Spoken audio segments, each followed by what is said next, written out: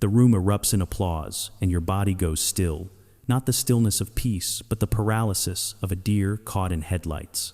Someone has just announced your promotion, or read aloud your achievement, or raised a glass in your honor, and every face has turned toward you with expectation. Their smiles are warm, their eyes are kind, and yet your hands begin to sweat, your throat tightens. The smile you manage to pull across your face feels like it belongs to someone else, stretched and unnatural, a mask you're holding in place while every instinct in your body screams the same command: disappear. You hear yourself say thank you, but the words come out small and strained, barely audible over the rushing sound in your ears. You don't know where to put your hands. You don't know where to look. The attention feels physical, like a weight pressing down on your chest, like heat radiating from too many watching eyes. In this moment, surrounded by celebration, you have never felt more alone, more exposed, more desperate for the floor to open beneath you and swallow you whole. Later, in the quiet of your car or the safety of your bedroom, you'll wonder what's wrong with you. Everyone else seemed so comfortable receiving praise. They leaned into the moment, beamed with genuine pleasure, said things like, "I'm so grateful," without their voice shaking. But you stood there frozen, counting the seconds, until the attention would move elsewhere, until you could fade back into the comfortable anonymity of being just another face in the crowd. This is the paradox you live with. You work hard. You care deeply about doing things well. Some part of you does want to be recognized, to know that your efforts matter, that someone has noticed the care you put into the world. But when that recognition actually comes, when the spotlight swings in your direction and illuminates you for everyone to see, your first and most powerful response is not joy, it's terror. You watch others share their wins on social media, post about their accomplishments, bask in the comments and congratulations that flood in. They seem to drink it in like water, to grow taller in the warmth of collective approval. And you wonder why you can't be like that. Why a birthday surprise makes your stomach drop. Why a compliment in front of colleagues makes you want to crawl out of your skin. Why the sentence "everyone's so proud of you" doesn't fill you with happiness, but with a crushing sense of obligation and dread. This isn't humility. You know the difference. Humility is quiet confidence, the ability to accept acknowledgement with grace while maintaining perspective. What you feel is something else entirely. It's an allergic reaction to visibility, a bone-deep discomfort with being seen, the terrible sensation that attention is not a gift, but a trap. That celebration is not kindness, but a debt you'll never be able to repay. Because underneath every congratulations, you hear an unspoken expectation. You hear the bar being raised. You hear the silent promise you're now required to keep, to be worthy of this praise tomorrow and the day after and every day that follows. The compliment becomes a contract you never agreed to sign, and you already know you're going to break it. You already know you're going to disappoint them. Better, your nervous system whispers, to never be noticed at all. Better to stay small, unremarkable, safely beneath the surface, where no one expects anything and failure can happen in private.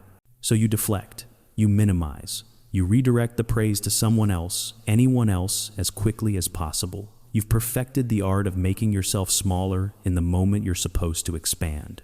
And while others might see this as modesty, you know the truth. You're not being humble. You're protecting yourself from something that feels inexplicably and undeniably like danger. This response didn't appear from nowhere. It has roots that run deep, tangled, and hidden beneath years of learned survival. What you're experiencing has a story, one that began long before this moment, in rooms and relationships where you first learned what it meant to be seen. And understanding that story, tracing those invisible roots back to their source, is the first step towards something you might not believe is possible, yet the freedom to simply say thank you and mean it. There's a word people use when they see you step back from praise, when they watch you shrink from acknowledgement. They call it humility, and they mean it as a compliment. But you know, it's not quite right. Humility is knowing your worth without needing to announce it. Humility is the ability to accept recognition with quiet grace, to understand that your value doesn't inflate with praise or deflate without it. What you carry is something different, something that runs deeper and darker than modesty ever could. What you experience might better be called recognition dissonance. It's the jarring clash between what's happening externally and what's screaming internally. On the outside, someone is celebrating you. On the inside, alarms are sounding. Your nervous system doesn't interpret their smile as warmth. It interprets it as threat. Their attention doesn't feel like connection.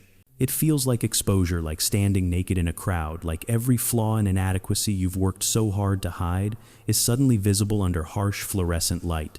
This is the spotlight phobia that no one talks about. Not the fear of public speaking or performing, but the fear of being celebrated. The terror that comes not from criticism, but from kindness. Because somewhere along the way, you learned a terrible equation: being seen equals being in danger. And your body remembers what your conscious mind has tried to forget. Consider what happens when someone praises you. They offer you their words like a gift wrapped in genuine appreciation. But you don't receive it as a gift. You receive it as a debt. The moment those words leave their mouth and reach your ears, something inside you begins calculating. What do I owe them now? How long do I have to live up to this image they've created of me? What happens when they discover I'm not actually this capable, this talented, this worthy of their admiration?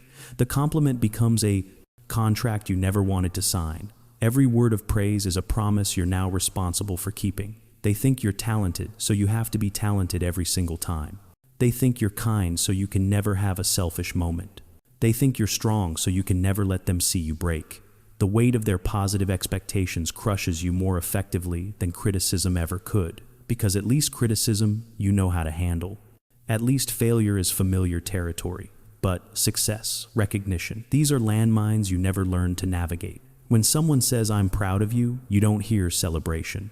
You hear the timer starting on how long you have before you inevitably disappoint them. You hear the height from which you're now expected not to fall. And the higher they lift you in their estimation, the farther you'll have to drop when you finally inevitably prove you were never that special to begin with.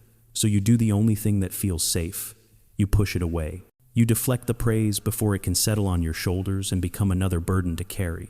You redirect attention, minimize your role, insist it was luck or timing or anyone but you. Not because you're fishing for more compliments, not because you want them to insist, but because you need them to stop looking at you with those expectant eyes. You need them to lower their assessment of you back down to something manageable, something you might actually be able to sustain. This is what living with recognition dissonance feels like. Every celebration is a countdown to disappointment.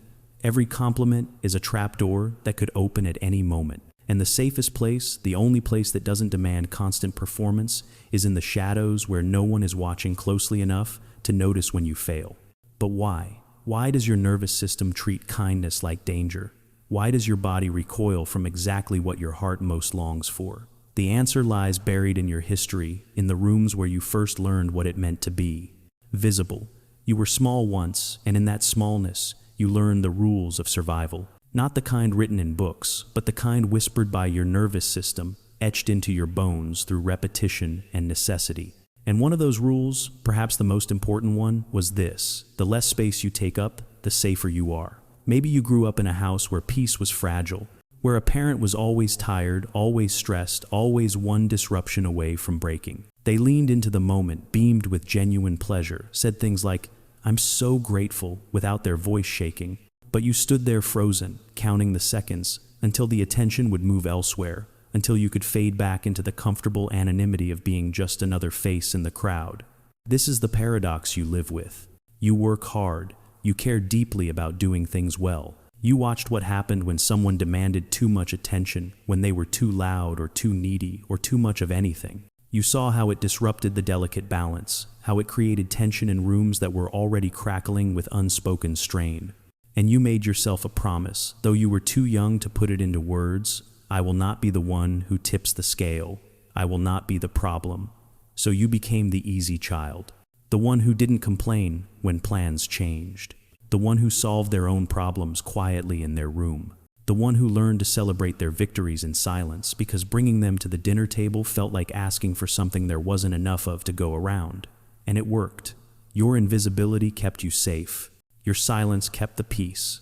But it also taught you something devastating: that your achievements only matter when they don't inconvenience anyone.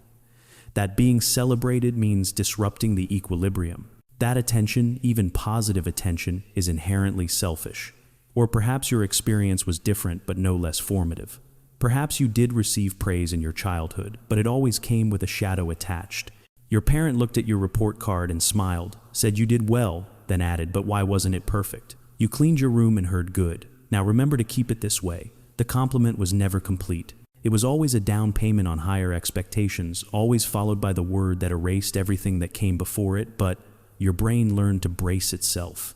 When you heard praise, you stopped listening to the words and started waiting for the criticism you knew was coming. The compliment became just the setup for the real message: you're not quite good enough yet. You're close, but you need to do more, be more, try harder. Even now, decades later, when someone says something kind to you, you don't let yourself feel it. You're too busy holding your breath, waiting for the other shoe to drop, for them to tell you all the ways you still fall short. And then there's the deeper fear, the one that keeps you awake at night when praise has been given and you can't shake the feeling that you've somehow fooled everyone. You carry the terrible certainty that you're not actually as capable as people think you are, that your successes are accidents, flukes, the result of being in the right place at the right time, that you've somehow convinced people you're competent when you're really just good at hiding how much you're struggling, how much you don't know, how close you always are to being exposed as a fraud. This is the impostor syndrome that sits in your chest like a stone. When someone celebrates you, that stone grows heavier, because their praise isn't recognition, it's risk. Every compliment is another person you've accidentally deceived, another person who will eventually discover the truth. The spotlight doesn't illuminate your achievements. It illuminates the gap between who you actually are and who they think you are. And you live in constant terror of the moment when that gap becomes visible to everyone else. But for some of you, the roots go deeper still, into soil that's darker and more painful. For some of you, being noticed didn't just feel uncomfortable, it felt dangerous. You learn through experience, through trauma. Your body still remembers, even when your mind tries to forget, that visibility equals vulnerability. That when people look at you, bad things happen. Maybe you were bullied, and the safest strategy was to never stand out, never give them a reason to single you out. Maybe you were mocked when you succeeded, torn down by people who couldn't celebrate anyone else's light. Maybe you lived in a home where doing well meant being resented, where your achievements threatened someone else's fragile ego and they punished you for it. Your nervous system absorbed a brutal lesson. Excellence attracts attack. Being seen means being hurt. The only safe place is in the background where predators don't notice prey. And so, your body developed a reflex faster than thought, more powerful than logic. When attention comes your way, your fight or flight response activates. Not because you're thinking about danger, but because being celebrated activates the same neural pathways that being targeted once did. Your body doesn't distinguish between a spotlight and a crosshair. It just knows that when all eyes turn toward you, pain has historically followed. But perhaps the most profound root of all is the quietest one.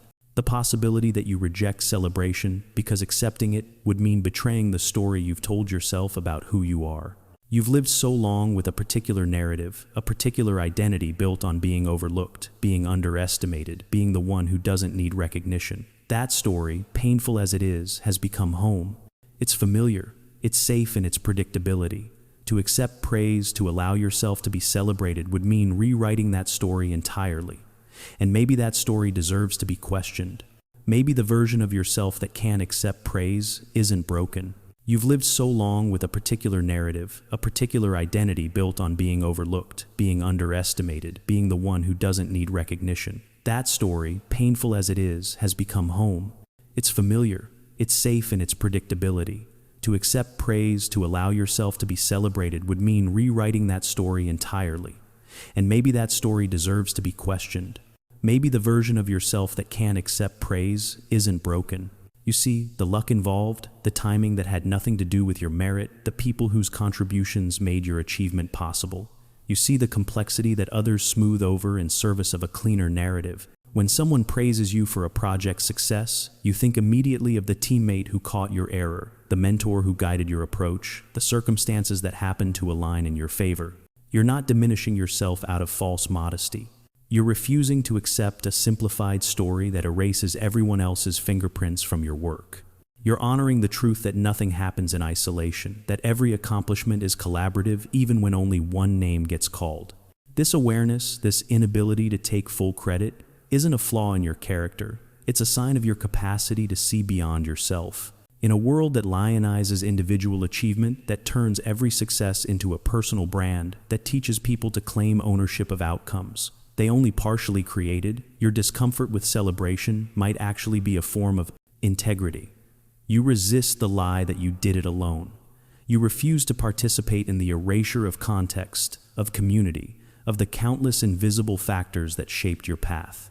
And there's something else at work here too, something even more subversive. Your rejection of the spotlight is a quiet rebellion against a culture that has become addicted to visibility. You live in a time when people document every meal, every achievement, every moment of their lives for an audience that's always watching, always judging, always ready to give or withhold approval. Success isn't real until it's posted. Joy isn't valid until it's shared. Worth is measured in likes and comments, and the number of eyes that witness your existence. But you operate by different metrics. You find meaning in the work itself, not in the announcement of the work. You value the private satisfaction of doing something well more than the public recognition of having done it. When you complete a project, create something beautiful, help someone in a way that matters, you don't immediately think about who needs to know. You let it exist in the quiet space where it happened, where its value doesn't depend on an audience. This makes you strange in the current landscape. It makes you seem uncomfortable with success when really you're uncomfortable with performance. You don't hate achievement. You hate the circus that achievement has become, the expectation that every accomplishment must be transformed into content, into personal mythology, into proof of your worth that you parade before others for validation. Your stepping back from celebration is not a failure to recognize your value. It's a refusal to let your value be determined by the volume of applause. It's an insistence that some things, maybe the most important things, can remain private. That you can be proud of yourself without needing the world to be proud of you too. That there's a kind of satisfaction deeper and more sustaining than the temporary high of external validation. You're living as a flower in an empty forest, blooming without an audience, releasing your fragrance into air that carries it nowhere in particular. And in a world that insists a tree falling in isolation makes no sound, that experience is unwitnessed, don't count, that achievements unannounced don't matter. Your willingness to exist and create and succeed without broadcast is almost revolutionary. The discomfort you feel when celebrated isn't always about trauma or fear. Sometimes it's about values. Sometimes it's about knowing that the truest measure of a thing isn't how many people saw it happen, but whether it changed something in the quiet spaces where real life unfolds. Your worth isn't located in the moments when everyone is looking. It's located in all the moments in between, when you choose integrity over image, when you do the right thing because it's right and not because anyone will know. But knowing this doesn't make the discomfort easier to bear. And understanding why you feel this way doesn't immediately change how you respond when the spotlight finds you anyway. So perhaps the question isn't whether you should learn to love the spotlight. Perhaps the question is whether you can learn to stop flinching when light finds you, not to crave celebration, but to survive it without dissolving, not to chase recognition, but to accept it without the floor dropping out from under you. This begins not with other people, but with yourself. Before you can receive acknowledgement from the world, you have to practice giving it to yourself in the privacy of your own mind.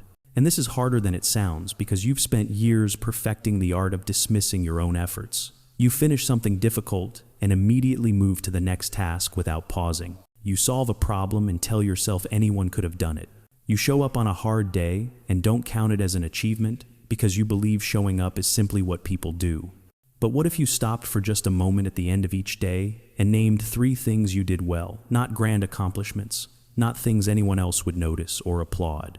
Just small acts of competence or kindness or courage that you usually let pass without acknowledgement. You listened when you wanted to interrupt. You finished the task even though you felt tired. And the safest place, the only place that doesn't demand constant performance, is in the shadows, where no one is watching closely enough to notice when you fail. But why? Why does your nervous system treat kindness like danger? Why does your body recoil from exactly what your heart most longs for? The answer lies buried in your history, in the rooms where you first learned what it meant to be visible. You were small once, and in that smallness, you learned the rules of survival. You already know. Their praise becomes supplementary rather than definitive, nice to hear, but not necessary for your sense of value. And when praise does come from others, when someone offers you a compliment or acknowledges your work, you practice something that feels impossibly simple and unbearably difficult. You say thank you and then stop talking. Just those 2 words, thank you, period. No explanation of how it wasn't that hard. No deflection to other people who deserve the credit more. No joke that undermines what you accomplished. No apology for taking up space in their awareness. Your instinct will be to fill the silence that follows with something, anything that makes you smaller again. You'll want to explain away their perception of you, to correct their overestimation, to make sure they understand you're not as impressive as they think. But you practice sitting in that uncomfortable silence instead. You practice letting their words exist in the air between you without batting them away. You practice the radical act of receiving. This is training for your nervous system. Every time you accept a compliment without diminishing it, you're teaching your body that acknowledgement doesn't have to be followed by punishment. You're creating new neural pathways that connect recognition with safety instead of danger. It feels unnatural at first, like speaking a language you barely know. But language becomes fluent through repetition, and eventually thank you without qualification starts to feel less like a performance and more like the truth.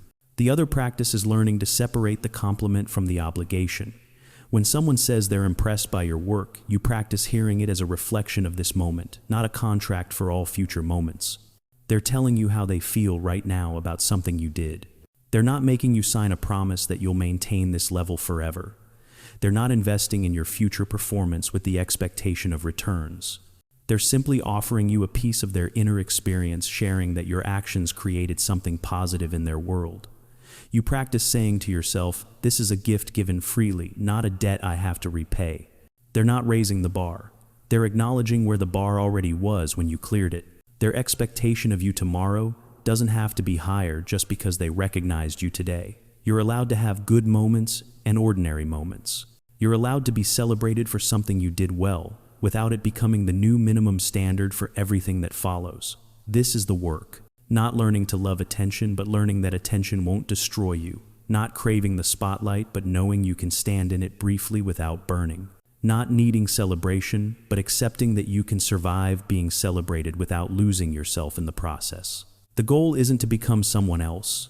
It's to become someone who can hold both truths at once, that you're still learning, still imperfect, still small in the scope of the universe, and also that sometimes you do things worth acknowledging, that your value doesn't require an audience, and also that being seen doesn't erase your value. There's a flower growing somewhere in a forest where no trail runs. No hiker will stumble upon it. No photographer will frame it against the morning light. It blooms anyway. It opens its petals to the sun that filters through the canopy. It releases fragrance that no human nose will ever detect. It completes its entire life cycle from bud to blossom to withering, witnessed only by the insects in the soil and the indifferent trees that surround it. And it is not less beautiful for being unseen. Its value doesn't diminish because no one posted a picture of it, because no one stopped to admire it, because it never became someone's screensaver or inspirational quote background. It existed fully in its purpose, without requiring validation. It was enough simply by being what it was designed to be, regardless of audience. You are that flower. Your worth isn't determined by who watches you bloom. The moments that define your character aren't the ones when everyone is looking, when cameras are flashing, when your name is being called. They're the countless quiet moments when you choose kindness with no one there to witness it. When you persist through difficulty and no one knows how hard it was. When you create something beautiful just because making it mattered to you, not because sharing it would prove anything to anyone else. Your discomfort with celebration isn't a deficiency you need to fix. It might be your soul's way of protecting something sacred, of refusing to let your worth be reduced to performance metrics and social approval. It might be your deepest self insisting that you are more than the sum of what others perceive, that your value transcends visibility, that you contain multitudes that will never be seen or celebrated, and that's exactly as it should be. The world will continue to misunderstand you. People will call your withdrawal humility when it's actually self-preservation. They'll call your deflection modesty when it's really protection. They'll think you don't know your worth, when the truth is, you know it so deeply that you refuse to let it be determined by their gaze. And that's fine. Let them misunderstand. You don't owe anyone an explanation for why you prefer the quiet. But you do owe yourself something. You owe yourself the recognition that your inner witness has been watching all along. That quiet voice inside you that sees every effort, every small victory, every moment you showed up when it would have been easier not to, that voice knows. It has always known. And perhaps the journey you're on isn't about learning to accept applause from the crowd. Perhaps it's about finally learning to hear the applause that's been coming from within, the acknowledgement your own soul has been trying to give you all this time. Because here's the truth that sits beneath all the trauma and the fear and the learned responses you have been trying. You have been showing up. You have been doing hard things in the dark where no one sees. And whether or not another person ever acknowledges it, whether or not you ever feel comfortable when they do, you are allowed to know this about yourself. You are allowed to recognize your own courage, your own resilience, your own quiet, persistent blooming in a world that often feels like wilderness. The recognition that matters most isn't the kind that comes with fanfare. It's the kind that happens in the stillness of 3 a.m. when you can't sleep, when you review your day, and instead of cataloging all your failures, you allow yourself to see one moment where you were exactly who you hoped to be. It's the recognition that happens when you finish something difficult and before you move on to the next task, you pause, you breathe. You say to yourself quietly in the privacy of your own mind, I did that. That was hard, and I did it anyway. This is the applause that can't be taken away. This is the celebration that doesn't come with obligation or expectation. This is the recognition that doesn't require you to be anyone other than who you already are. And in the end, it might be the only applause that was ever real.